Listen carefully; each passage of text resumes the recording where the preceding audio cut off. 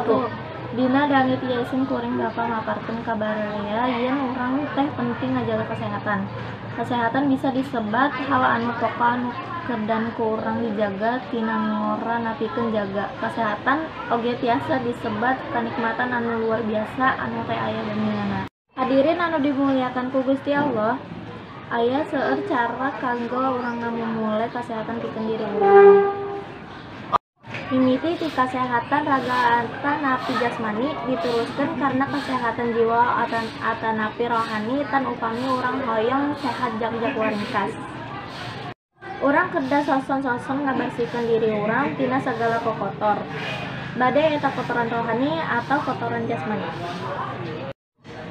Upami ngabersihan kotor jasmani mah ku urang resep mandi, ngabersihan lingkungan jeung segala anu bisa nyebaran urang jadi kalakuan ku penyakit. Tapi ngabersihan kotor rohani mah ku urang kudu niatkeun segala kalakuan urang ku Gusti Allah. Tah kasehatan teh lain saukur kabersihan tina sagala rupa. Ku sebab anu ngabersihan teh cacentang tu sehat. Tapi ku urang aya usaha keur ngabersihan eta awak atanapi rohani. Didinya aya poin awak teh bisa ngagerakeun lumatak bisa jadi sehat. Teh lain saukur kudu bersih, tapi kudu urang miboga aktivitas anu bisa ngagerakeun awak ku urang anu loba racun anu kaluar tina awak urang.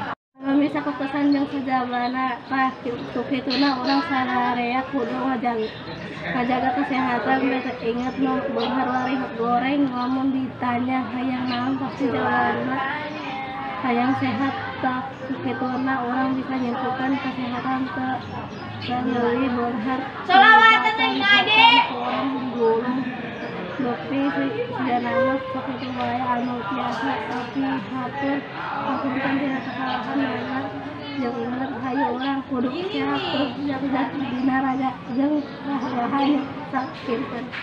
Wassalamualaikum warahmatullahi wabarakatuh.